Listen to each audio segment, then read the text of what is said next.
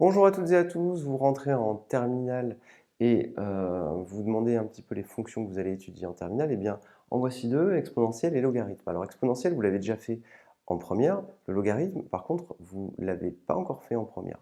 Alors, qu'est-ce que ça signifie? Eh bien, ce sera les deux fonctions majeures avec lesquelles vous allez travailler. Donc, la fonction exponentielle, celle-ci, vous la connaissez. Elle s'écrit e puissance x, comme ceci, et x, c'est un nombre réel quelconque. Par contre, vous avez une nouvelle fonction que vous allez découvrir, qui est la fonction logarithme de x. Et là, attention, x est un nombre strictement positif. Faites bien attention, ce n'est pas la même chose. Ces deux fonctions, elles sont reliées l'une à l'autre. En fait, elles sont réciproques l'une de l'autre. La fonction exponentielle, vous vous rappelez quelques propriétés très simples. Exponentielle de 0, ça fait 1. Exponentielle de x, c'est toujours strictement positif. Et on avait une représentation graphique de la fonction exponentielle qui était celle-ci. Donc ça, c'est la courbe représentative de f. La fonction logarithme, qu'est-ce qu'elle a? La fonction logarithme, c'est la fonction réciproque de la fonction exponentielle. Ça veut dire quoi? Ça veut dire qu'en réalité, elle est, au niveau des courbes représentatives, elle est exactement symétrique par rapport à cette droite-là, la droite d'équation y égale x, elle est symétrique par rapport à cet axe-là. Et donc, la représentation graphique du logarithme est celui-ci. Alors, il va y avoir des petites propriétés, mais avant, on va s'interroger sur qu'est-ce que c'est que cette notion de réciprocité. Alors, vous avez un nombre x, par exemple, qui est ici, et vous allez calculer exponentielle de x, ici. Ça, vous l'avez déjà fait en première. Donc ça, c'est avec f, qui est ici. L'image de x par f, c'est exponentielle x.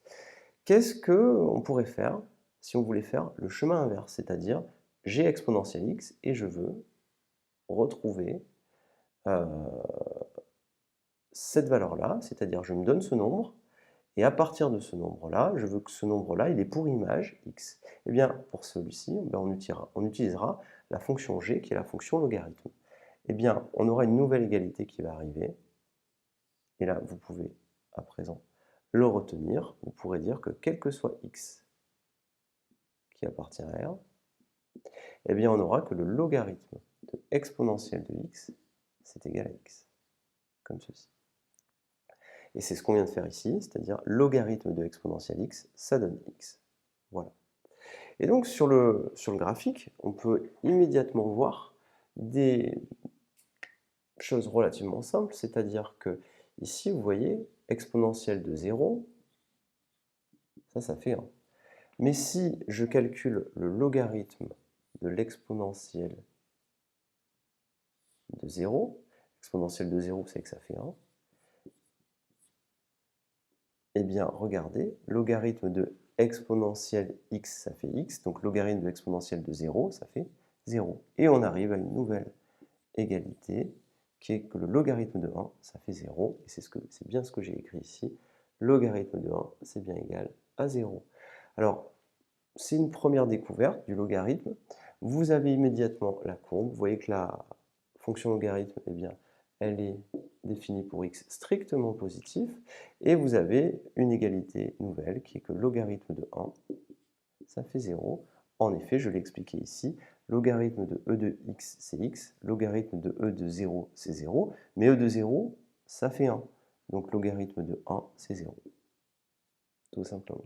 Voilà une première petite égalité, une découverte en 5 minutes des deux fonctions que vous allez travailler en terminale. Et en terminale, qu'est-ce que vous ferez? Eh bien, vous ferez des études de fonctions qui font intervenir la fonction exponentielle et la fonction logarithme. Il faudra connaître leurs propriétés et résoudre les problèmes associés à ça. Vous pouvez aller sur la plateforme éducative.fr pour voir plus de contenu. Je vous remercie et à bientôt.